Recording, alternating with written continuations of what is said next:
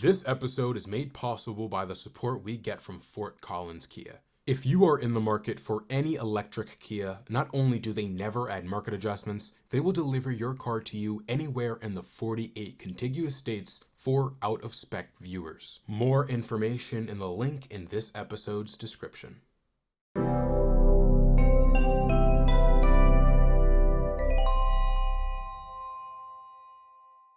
Hello, and welcome back to the Out of Spec podcast. I'm your host, Isaiah. In our last episode, we talked about everything we knew about the just unveiled, revealed Tesla Model Y Juniper, the new model year, the refresh, the new generation of the best-selling EV in the world, the Tesla Model Y.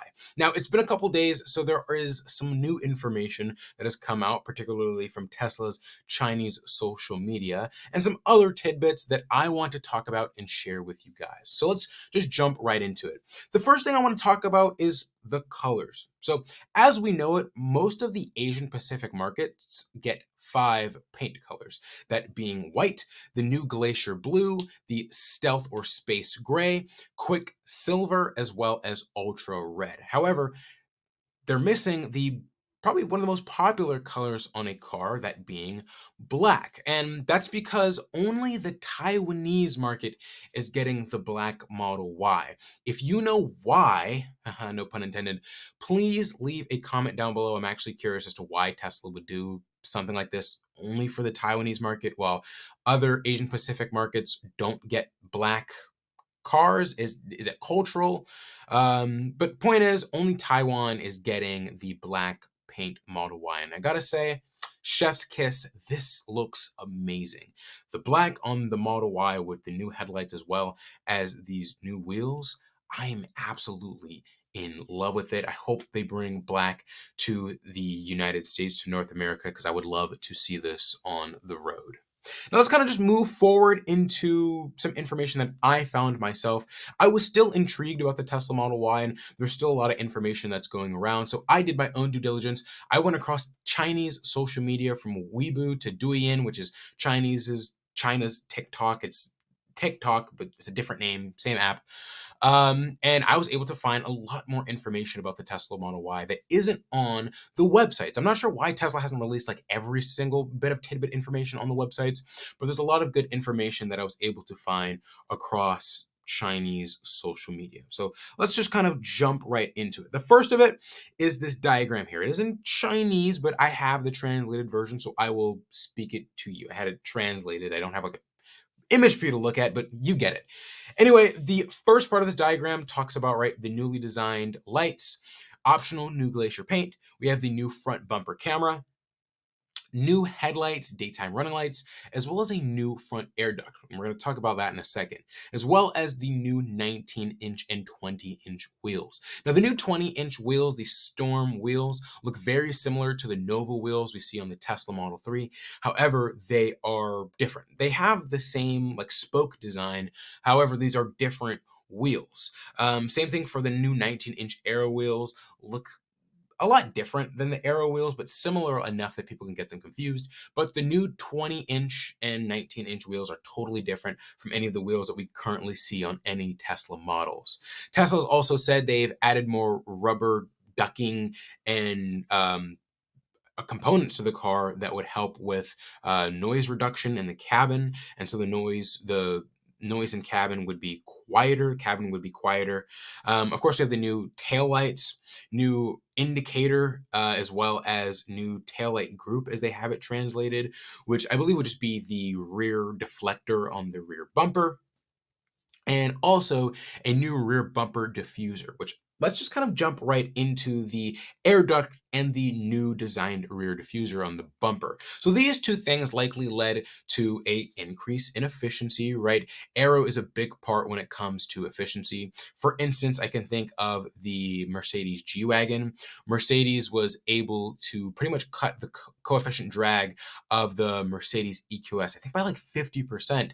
And overall, right, that just helps increase efficiency and driving range. Tesla claims that they were able to get 11.9 kilowatt hours for every 100 kilometers.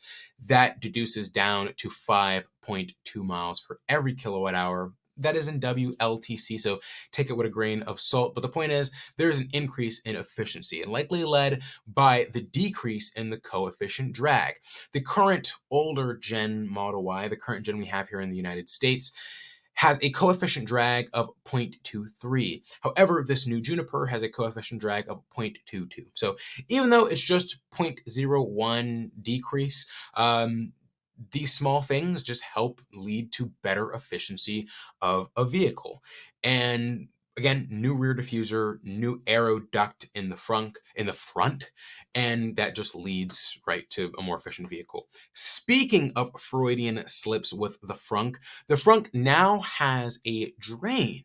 So unlike the Tesla Cybertruck, even the Model Y, the older Model Y, the Model 3, S and X, that don't have a drainage plug, the Model Y Juniper will have a drainage plug. So if you want to tailgate or front gate, right, you want to put ice in the front with coolers and drinks and snacks, which Rivian owners, Mach-E, and Ford Lightning owners do because their frunks have drains, you can now do it in your Tesla Model Y. Now, while something like this may be inconsequential for many, these small things add up and can play a big part into the usability of the Tesla Model Y. Let's say you have dirty shoes, dirty boots, muddy boots. You want to put them in your frunk. You're now able to do so, and after your frunk is all muddy, you can rinse it off the inside and there's a drain. So all that water would be disposed of. Or you have something that, has a lot of condensation. Let's say that condensation now drips into the frunk. You don't want this water anywhere. You can just drain it out. And again, this just increases the usability of the Model Y. Something so small as a drain, I think, is a great improvement. And so now there's a drain in the Tesla Model Y frunk. Now, moving on to this next diagram, which kind of speaks more to the interior of the Tesla Model Y, we'll first start off talking about the speakers. The rear-wheel drive Tesla Model Y currently has 9 speakers. So will the next generation, this Juniper Model Y. It'll have 9 interior speakers for the rear-wheel drive models. If you get an all-wheel drive Tesla, right, the long-range all-wheel drive or performance, you get an upgraded speaker package. Just part of the all-wheel drive package, you get upgraded speakers. And this will now be a standard 16 speakers with a subwoofer. This entire package helps increase the mid-range of audio. And this is an upgrade from the current 14 speakers we see in the current gen or the older gen Tesla Model Y. So the Juniper has 2 extra speakers, and we can actually see here, which kind of sets the Tesla Model Y interiors apart, right? If you're looking on screen here, I have the Tesla Model Y interior, and then I'll show you the Tesla Model 3 interior. Now, from the most part, they look the same, right? They have a lot of the same components, right? The new touchscreen, the new center console, the rear touchscreen, ambient lighting, a lot of these smaller things, the textile above the air vents that just make them similar. However, it's pretty much one large component, two really, that set the Model Y Juniper and Model 3 Highland apart. And that has to do with this speaker setup here. So you see where my mouse is circling on the sides, on the door panel, these speakers here are not something visible that you would see in the Tesla the Tesla Model 3 Highland. And so this will be something that will really set the Tesla Model 3 and Y apart, particularly in the interior. For the first gen Model Y and Model 3, when you look in the interior, they look dead identical. Other than looking at the screen, you really wouldn't be able to tell them apart. Now with this small addition of this speaker that's on the door panel, you can now really be able to tell the two apart. In addition to that, let's talk about the steering wheel and the stalks. And this is, I think, some pretty big news. Now, in the last episode, I talked about how it's likely Tesla added the steering stalk for certain regions. Maybe Australia or Taiwan or the Philippines has laws making sure that the steering wheels need to have stalks. However, that's not the case because when you think about it, the Tesla Model 3, which does not have any steering stalks behind the steering wheel, are sold in these markets just fine. And so after more research and even a quote from Tesla saying the new Model Y provides effortless control with a precision engineered indicator stalk, thoughtfully refined based on valuable customer feedback. We've introduced customizable steering wheel switches, allowing quick and intuitive operation of the most frequently used vehicle functions to better meet drivers' needs. That tells us that Tesla deliberately added a stalk in the Tesla Model Y interior. On screen, right, is the Tesla Model 3 have here. This is the Tesla Model Y steering wheel. And if I zoom in close, you can see the steering wheel is lacking the indicator haptic buttons that we would see in the Tesla Model Y that is now on screen. So the Model Y will have stalks, which I think objectively is a great option. The Tesla Model Y has a lot of competition. NIO, XPeng, Xiaomi, BYD. Maybe Tesla understands that a lot of people, especially for the Model Y, which is the best selling vehicle in the world, it has gone mainstream. It isn't as niche as the Model S, X3, or Cybertruck, where people are likely to make more compromises when it comes to something as the indicator stocks. But maybe Tesla realizes, well, hey, this is going to be a make it or break it for some people. Tesla saw a 1.1% decrease in sales compared to 2023 in 2024. And so I think Tesla is now starting to realize, okay, we got to make some moves that actually are there for the user. And I think the indicator is the best part of that. Let me know what you guys think in the comments. Do you like the haptic buttons on the steering wheel, or do you prefer a stock? As we know, the stock will just control the indicator. There is still a windshield wiper and a high beam light on the steering wheel. So this would just be an indicator on the left-hand side of the steering wheel. But regardless, I think this is a great addition, and I'm glad Tesla is going with, an indicator stock versus the haptic buttons. I think hopefully Cybertruck, Model 3, maybe even this year, right? Maybe a Model S and X, new generation, will have stocks as well. There really was no point adding them to the steering wheel. If you want to have the conversation of, cost effectiveness, efficiency for manufacturing with Tesla, sure. But from a consumer end, right, as someone who, I'm buying the vehicle, right? This affects my pockets. I want the best vehicle I can get, and removing the stocks didn't really benefit drivers at all. Objectively, though, that's my opinion. Let me know what you guys think down in the comments below. But moving forward, right, let's kind of talk more about this diagram we have here. So, right, ventilated seats, textile above the air vents. We have the new armrest, cup holder design, new 8-inch rear screen. These are all things we see in the Model 3 Highland refresh, so none of this is super surprising. Now let's talk about the silver-coated insulated glass on the moonroof. Tesla says that they were able to increase the insulation of the cabin by 7 times with their new silver-coated insulated glass.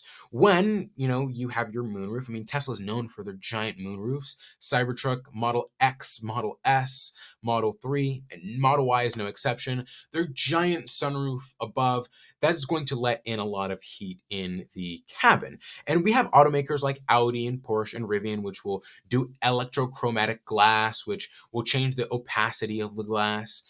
But for a lower cost vehicle like the Model Y, implementing, a silver coated insulated glass, Tesla claims 7-time reduction in increase in efficiency of the insulation, which just all in all increases the performance of your air conditioning. If you have a lot of sun, UV rays beating down in your cabin, this heats the cabin. This goes against your AC. Your AC has to work a little bit harder to cool the cabin. If you have your pet, right, you have pet mode on.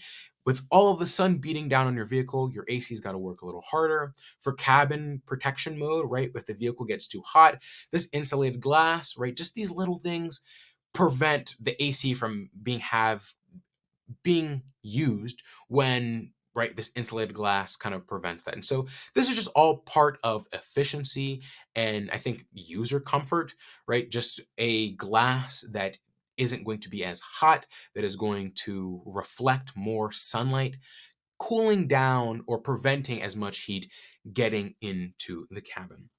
Kind of something that's quirky here, Tesla has increased the seat cushion length by 1.5 centimeters, which is like 0.6 inches, right? That's like negligible for those watching. I have my fingers pinched close together.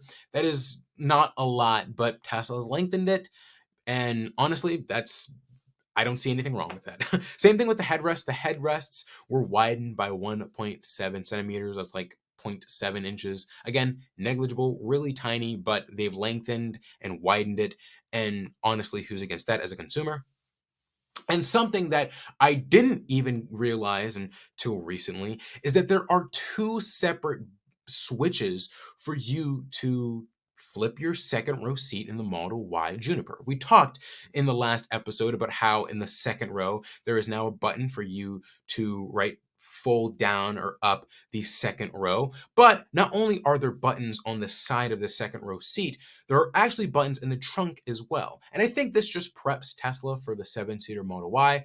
Just think a third row is back there. Those buttons are right there. It allows the third row to just press them and fold the second row of seats forward for them to be able to get out. But it just is a convenience factor. If you are in the second row, you can just open the door, press the buttons, or if you want to go around, there are buttons in the trunk. And honestly, I'm all for that. I wonder if you'll be able to change the second row seating from the screen in the Tesla, but we'll see. But it's cool to know that there are electric adjustment switches in the trunk as well as the second row seating. So that's all the really cool tidbits we've learned here. I got this right off of Tesla's Chinese website.